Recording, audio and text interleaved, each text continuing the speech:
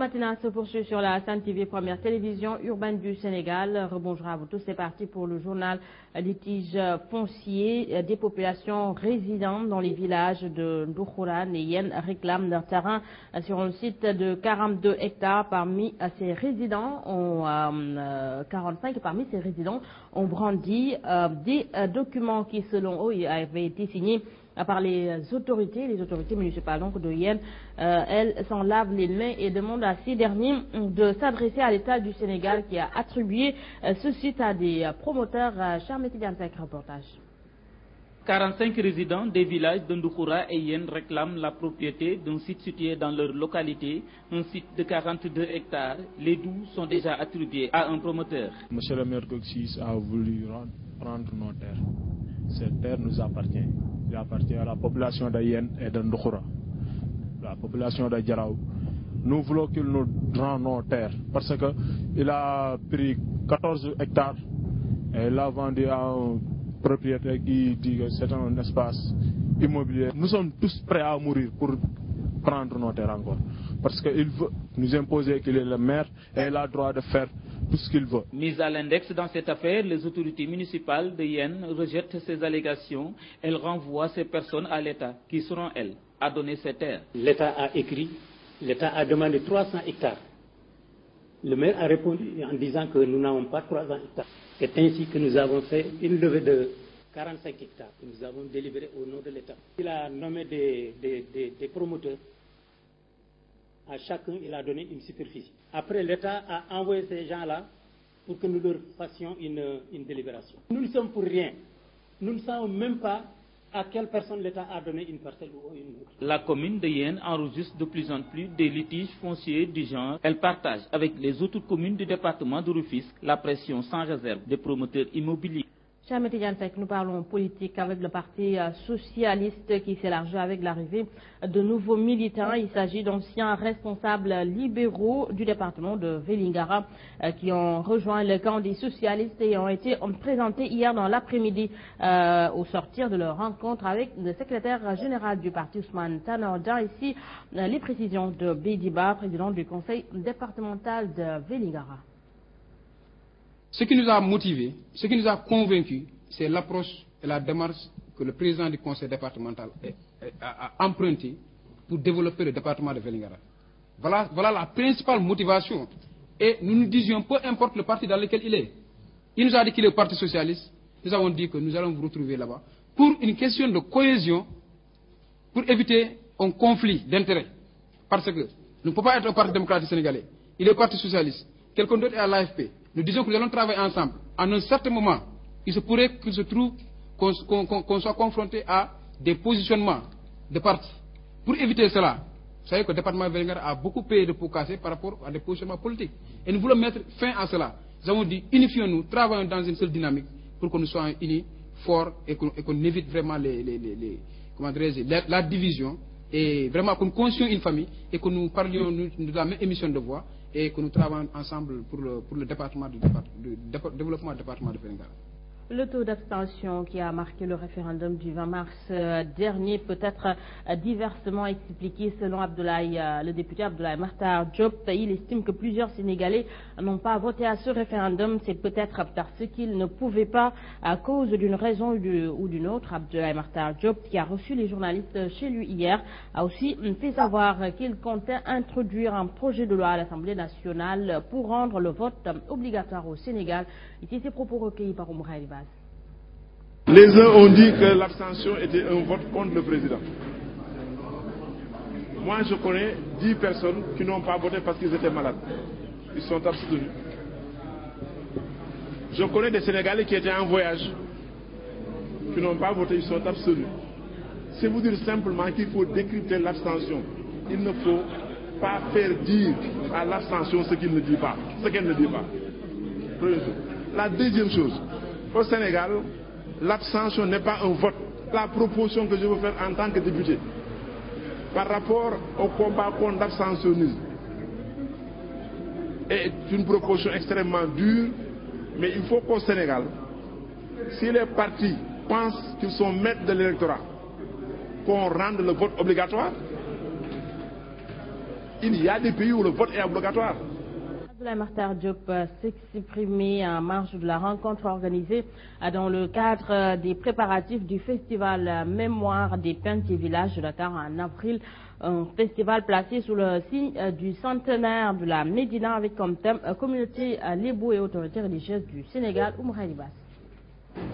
La 5e édition du festival Mémoire des peintres et villages de Dakar se prépare activement. Ce lundi, autorités religieuses et coutumières de la communauté lébou se sont réunies en prélude à l'événement. Cette année, il s'agira de revisiter l'apport de la communauté lébou dans la religion musulmane au Sénégal selon le grand sérigne de Dakar. Parmi nos ancêtres, nous avons de grands érudits et nous rappelons ici que Mame El Hadji Malick n'a pas amené l'islam à Dakar.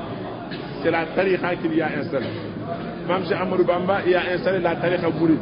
Ce que nous allons revisiter avec eux, c'est l'apport de la collectivité lébou au développement de l'islam au Sénégal. C'est aussi tour à tour que les œuvres des guides religieux vont être revisitées à visée éducative. Le FESPENC a pour objectif d'apprendre aux jeunes générations et à nous-mêmes, ainsi qu'aux générations futures, nos valeurs culturelles. D'apprendre aux jeunes générations, donc les enseignements des autorités religieuses de ce pays en font partie. Et c'est ainsi que l'idée d'une journée nationale de prière a été émise et cette journée peut ne pas être fériée selon le grand sérigne de Dakar. Maintenant, il faut voir la forme.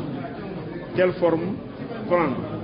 On peut bien avoir une journée de prière sans que ce ne soit un jour férié, que ce soit le Magal, à une heure précise du Magal, à une heure précise du Gamou, etc. Le renforcement du dialogue islamo-chrétien sera également promu dans cette 5e édition qui se tient du 2 au 28 avril 2016 et la Comtem, communauté lébou et autorités religieuses du Sénégal.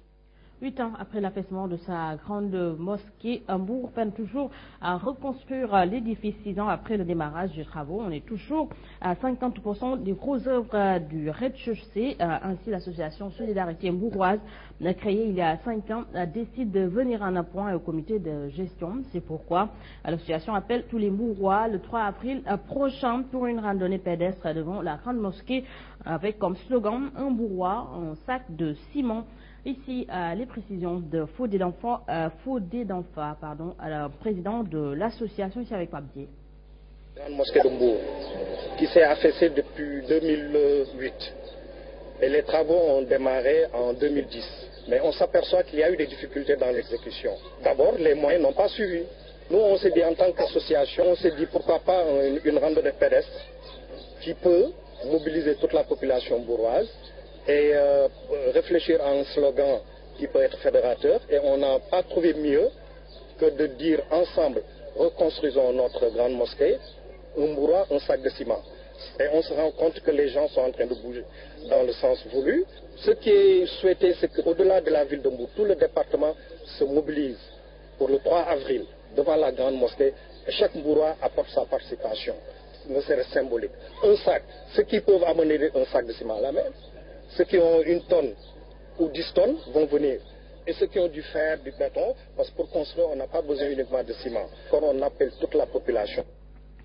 La nouvelle carte sanitaire 2016-2020 va être bientôt déposée sur la table du chef de l'État. Les acteurs se sont penchés sur cet outil pendant 3 jours pour sa finalisation, un outil de planification qui vise à mieux organiser le système sanitaire et permettre une meilleure répartition des ressources humaines maillon faible du système sanitaire. Alassane Balde Abdoulaye Diagne. 3 jours durant, les acteurs de la santé ont échangé sur le rapport final de la carte sanitaire 2016-2020. Il s'agit d'un outil qui vise à mieux organiser l'offre de santé à travers le pays. Un outil aussi qui permet de rationaliser l'investissement au profit du développement de l'offre de santé.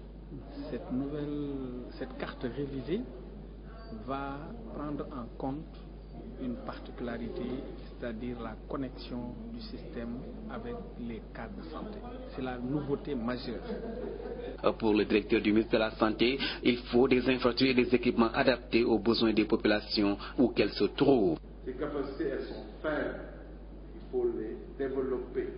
Il faut accompagner le mouvement, il faut l'encadrer, il faut développer cette capacité à répondre aux besoins de santé des populations. Au regard de notre potentiel actuel, notre ambition, donc c'est une ambition réaliste. Notre ambition, c'est d'avoir 5 pôles, 6 pôles d'excellence qui raccourcissent les distances de référence.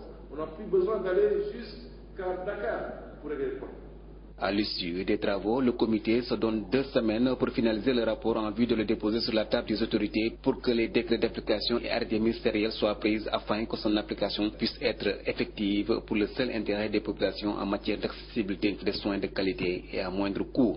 Alassane Baldé, merci à vous. À présent, en mon sport, l'équipe nationale du Sénégal rencontre ce mardi dans l'après-midi au stade général Séni Kountché de Niamey, celle du Niger. Un match retour comptant pour la 4e journée des éliminatoires de la Coupe d'Afrique des Nations Gabon 2017. Au match aller joué samedi à Dakar, le MENA avait perdu 2-0 à Dakar face au Lion donc, du Sénégal.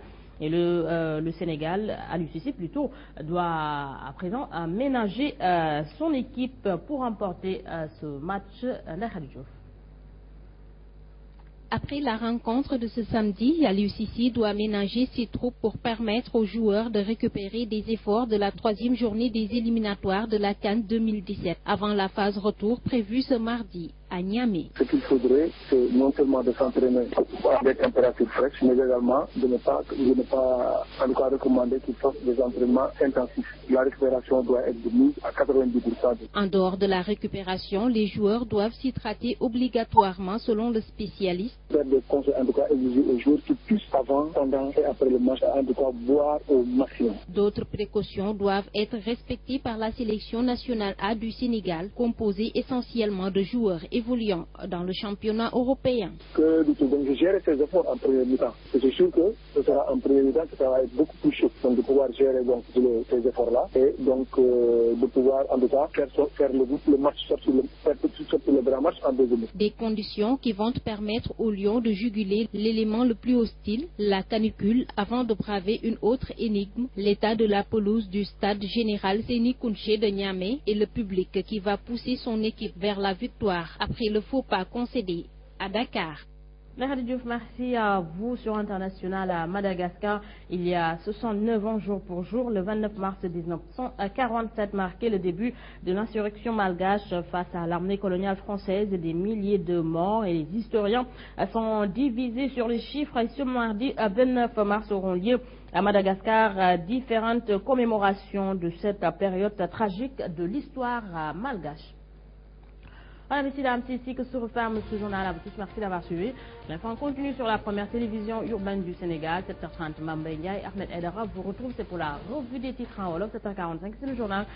Quant à moi, je vous donne rendez-vous à 13h. C'est pour le flash d'information. Bon matin à